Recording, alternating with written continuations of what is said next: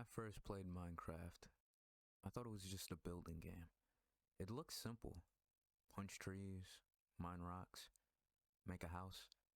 I didn't expect it to teach me anything deeper. But after spending hours crafting, surviving, and exploring, I realized that Minecraft wasn't just a game. It was quietly teaching me lessons about creativity, survival, community, and responsibility. And it did this without ever telling me directly. That's what scholars call procedural rhetoric.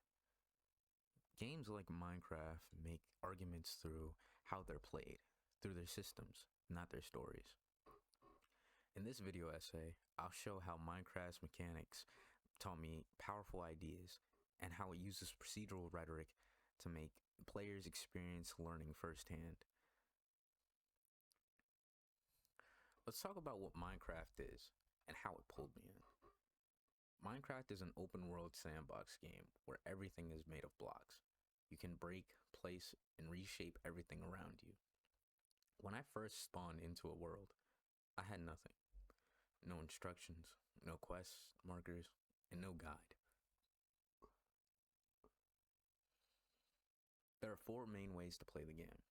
Survival mode, in which you stay alive, manage hunger, and avoid the monsters that come in the night. Creative mode, where you have unlimited building and the power of flight, and no survival is needed. Adventure mode, where players can explore custom-made maps with rules. And hardcore mode, which is basically survival mode, but death is permanent. Even though the mechanics were simple, mining, crafting, building, they created an endless number of challenges.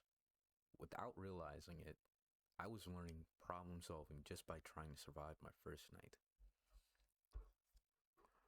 According to Zachary Beck, Minecraft fosters experimentation and iterative learning, mirroring real-world engineering processes. That was exactly my experience. Minecraft didn't teach me by talking at me. It made me live the lessons through playing the game. The first time I died in my Minecraft world was because of a skeleton in a cave. I had no armor, no decent sword, and I went in unprepared. The second time, I found iron, something I really needed, but a creeper snuck up behind me and exploded. I lost everything. What made this worse was that I had a bed, but I took it with me when I went exploring. That was meant to be my spawn point reset, and I had originally picked a really good spot to settle down, near animals, trees, and water, where I had planned to start a sheep farm and build a house, but that was all gone. None of these lessons were taught with a tutorial. Minecraft didn't say, don't take your bed with you, or bring armor before you go into caves. It just let the systems do the talking. And when I made mistakes, the consequences taught me. This is what procedural rhetoric means. Minecraft uses rules and consequences to teach players lessons through experience. Just like Ian Bogos explains, it's not about showing or telling, it's about doing. I didn't learn by reading signs or getting pop-ups. I learned because I died. And when I respawned with nothing, I remember the value of preparation, armor, and planning. That's rhetorical design in action, teaching by playing. Minecraft's first major argument, the one I experienced directly, is about freedom and consequences. I had total freedom to explore that cave. No one stopped me from taking the bed with me. But that freedom came with risks. Because I was free to make those choices, I was also responsible for them. The second message Minecraft taught me was that growth requires effort. When I lost all my items, it was frustrating. But getting them back, regathering materials, crafting gear again, reminded me that real achievement in Minecraft doesn't come easy. You can't cheat the process. It rewards those who are persistent. This is what makes the game so powerful. It doesn't hold your hand, it lets you fail, and then forces you to decide what to do next. As Ian Bogos argues in Persuasive Games, this is the core of procedural rhetoric. The systems themselves make the argument. When Minecraft lets you succeed or fail entirely based on your preparations, it says you shape your own outcome. You have control, but it comes with risks. The second big idea Minecraft taught me is that growth requires effort. When I lost everything, I didn't want to start over. I was frustrated, but I also realized this is part of the game's rhythm. There are no shortcuts. You don't magically level up or respawn your gear. If you want iron, you mine it. If you want better items, you craft them. If you want to be safe in caves, you bring torches, food, blocks, and armor. There's no cheat for progress, only persistence. Later, I joined a multiplayer realm with friends. The world was completely different. We built a shared base, we gathered diamonds, gold, lapis, and enchanted gear. Our rooms were customized. We had communal chests and roles. One friend mined, another farmed. Minecraft didn't require this teamwork. The systems just encouraged it. We wanted to protect our space and build something we were both proud of. It wasn't about winning. It was all about building a world we felt a part of. That's when I realized Minecraft was teaching social rhetoric too. It didn't just argue for creativity, it argued that cooperation makes creation better. Nakamura describes digital spaces as mirrors for real-world dynamics.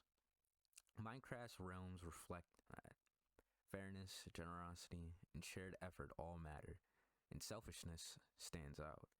Even in a silent, blocky world, Minecraft was teaching me how to be a part of a community. Minecraft also challenged my ethics. There's no karma system in the game, no consequences for stealing from a friend's chest or flattening a biome. The game gives you total freedom, but that doesn't mean every choice is neutral. On the realm, we set our own rules. Don't grief, clean up after yourself, and don't hog resources. We enforced these by trust, but we all knew when someone broke these rules, even if the game didn't. Sicard argues that ethical gameplay emerges when the system is open-ended. Minecraft creates a moral sandbox, and that sandbox forces you to ask, what kind of player do you want to be when no one's watching? Don't adds that players often leave servers when their playstyle clashes with the group's ethics. That makes sense to me. Minecraft taught me that real freedom only works when it's used responsibly. Minecraft isn't just teaching kids how to build. It's helping players of all ages learn digital literacy, and design thinking. According to Jenkins, participatory culture involves users not just consuming media, but creating, sharing, and shaping it. Minecraft is perhaps the clearest example of this in gaming. Players design architecture, film machines, create custom maps, or code entire mods. Whether it's 10-year-olds building dream houses or adults creating educational servers, Minecraft becomes a tool for creative expression. And because the game rewards experimentation, it encourages players to try things without fear of failure. In both my solo and multiplayer worlds, I felt that a sense that my ideas mattered. Even if they weren't perfect, Minecraft made me feel like a creator, not just a player. So, what did Minecraft teach me? It didn't teach me with cutscenes or dialogue. It taught me through action. It taught me that freedom can be both empowering and dangerous. That failure is a part of growth. That creativity thrives when you take risks. That community matters, even online. And that ethics aren't enforced, they're chosen. This is the essence of procedural rhetoric. Minecraft doesn't just let you build, it makes you live inside the systems you build. It makes you understand through doing. When I think about all the hours I've spent in Minecraft, what stands out isn't just the builds or the mobs I fought. It's the way the game helped shape how I think, how I plan, and how I reflect. Minecraft's real question isn't will you survive? It's what kind of world will you create and who you become while building it.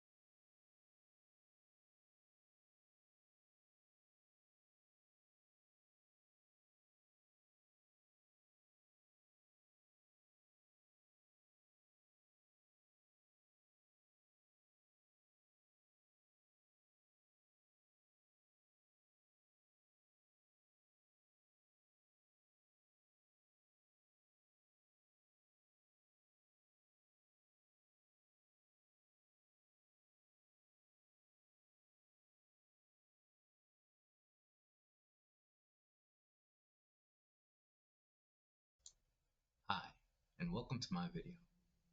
Here, I will explain what Minecraft is and how it teaches procedural rhetoric. Minecraft is more than a game. It might seem like a simple game about building with blocks, but if you look closer, it's actually teaching players lessons about freedom, creativity, survival, and responsibility. It doesn't do this with cutscenes or dialogue. Instead, Minecraft argues through its systems and rules, what scholars call procedural rhetoric. In this video, I'll show you how Minecraft's mechanics aren't just for fun. They're teaching players how to think about the world and their place in it. I'll explain Minecraft's systems, break down its main gameplay loops, and show how the game's design makes players learn through action, not words. Minecraft is a sandbox survival game created by Mojang Studios in 2011. It drops players into randomly generated worlds made of blocks. Every tree, mountain, and ocean is built from cubes that can be mined, placed, and shaped however players want. There are 4 main game modes. Survival mode, where players gather resources, manage hunger, and survive monsters. Creative mode, players have unlimited blocks, can fly, and don't have to worry about survival. Adventure mode, players explore custom maps where breaking and placing are limited. And hardcore mode, it's the same as survival, but with only one life, and death is permanent. And the world that you have built is gone forever. At its most basic, Minecraft asks players to mine materials, craft tools, build structures, and survive threats. Yet from these simple actions, huge complexities emerge. Minecraft has no levels, no scripted missions. There is no narrator telling you what matters. The world is empty at first. Players must fill it with meaning themselves. Let's talk about Minecraft's mechanics. When we talk about game mechanics, we mean the action players can take. In Minecraft, core mechanics include mining different materials like wood, stone, iron, and diamond, crafting new items from basic materials, building shelters, farms, or entire cities, fighting off zombies, skeletons, and other mobs, managing hunger and health, exploring vast landscapes, deserts, jungles, oceans, caves. Each of these mechanics feed into bigger systems. For example, if a player wants to explore safely, they need armor. To get armor, they need to mine for iron. To mine safely, they need food. To get food, they need to farm. Everything in Minecraft is connected. As Ian Bogost explains in Persuasive Games, games like Minecraft argue not with words, but with procedures.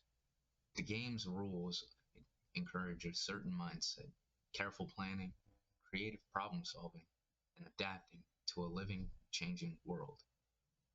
Minecraft doesn't say planning is important. Instead, players whose plans succeed, and players who don't will struggle. That's procedural rhetoric in action. Procedural rhetoric, rhetoric, is the idea that games make arguments through their systems by making players act out ideas instead of just hearing them. Minecraft teaches several ideas procedurally. Freedom ain't First idea is that freedom and agency matter. Because Minecraft gives players almost total control over the world, it teaches that freedom is powerful, but also risky. No one tells you to build a shelter, but if you don't, you'll die the first night. No one forces you to farm, but if you don't, you'll starve. Players learn the importance of preparation and planning, not because the game says so, because they will experience consequences. They will experience consequences. Number 2, effort and growth are linked. Everything players achieve comes from effort. Diamonds don't appear in your inventory. You have to dig deep underground to find them. Castles don't build themselves. Players collect, craft, place every block to make these structures. Minecraft argues that real achievement takes work. It rewards persistence, not luck. The world changes because of your actions. If you cut down every tree near your spawn point, you'll have to travel farther for wood. If you build giant farms, the landscape changes forever. Minecraft teaches you that your actions leave lasting marks, even if the game never says it directly.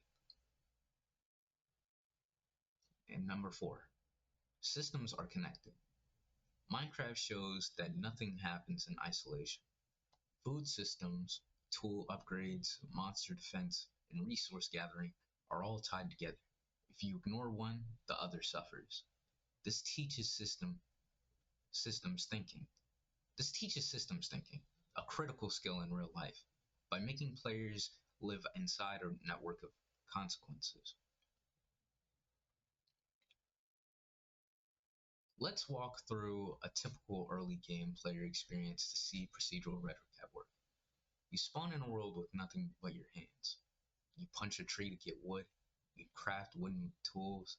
You mine stone to craft better tools. You realize you need food, so you kill animals or start a farm.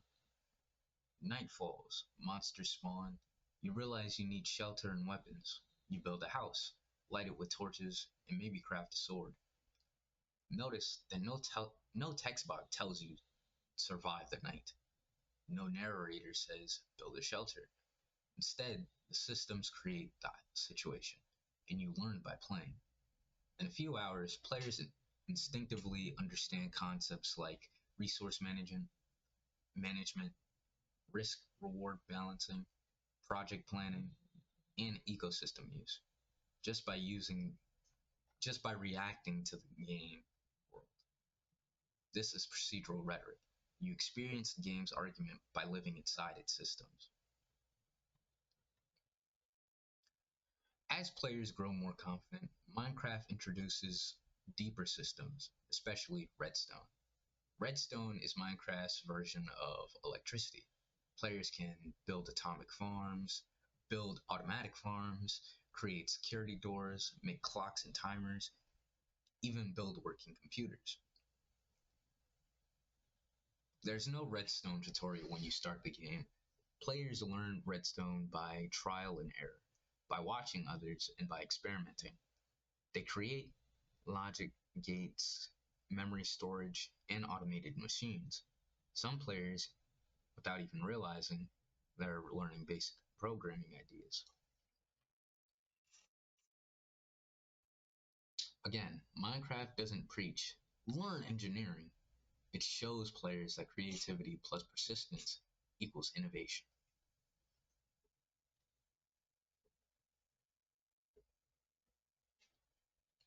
Taken together, Minecraft's procedural rhetoric teaches a few major life lessons. Freedom is empowering, but also requires responsibility. Achievement comes from work, not luck.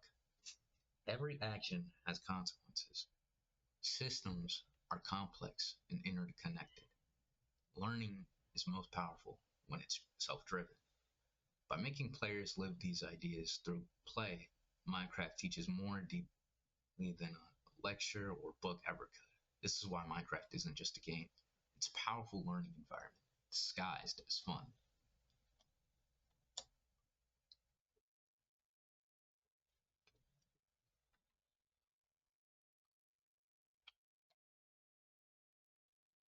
Zachary Beck argues that Minecraft fosters experimentation and iterative learning, mirroring the design, test, refine loop engineers use in professional practice. Any player who has wired a hidden piston door or tuned a kelp smelter recognizes this loop. Diagram, prototype, fail, tweak, succeed.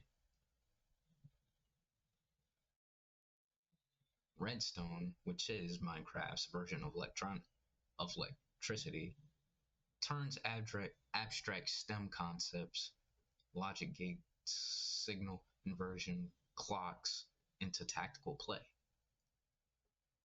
Users with zero electronics background routinely build 8-bit computers, working calculators, and playable renditions of Snake inside the game. Critical thinking is not an add-on elective, it is the gameplay. So in conclusion, Minecraft is more than a bunch of colorful blocks. Its systems are carefully designed to make players learn important ideas through action. Without ever giving a formal lesson, Minecraft teaches creativity, critical thinking, problem solving, ethical responsibility, and system thinking. It proves that games can argue ideas just like books, speeches, or films, but in a way that's more personal because you live the lessons yourself. As players dig, build, and survive, Minecraft asks a simple but powerful question. What kind of world will you build? What kind of person will you become while building it?